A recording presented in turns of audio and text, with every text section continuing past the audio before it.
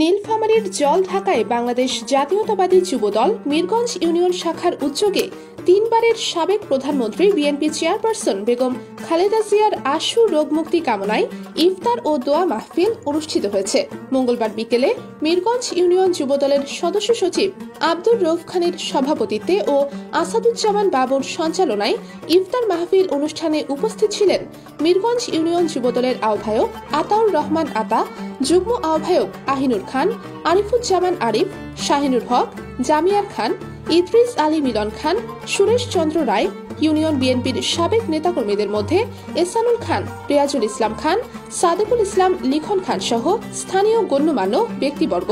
এছাড়াও অন্যান্যদের মাঝে উপস্থিত ছিলেন মিরগঞ্জ ইউনিয়ন স্বেচ্ছাসেবক দলের আহ্বায়ক মোহাম্মদ সাইয়াদুল ইসলাম সহ আরও অনেকেই।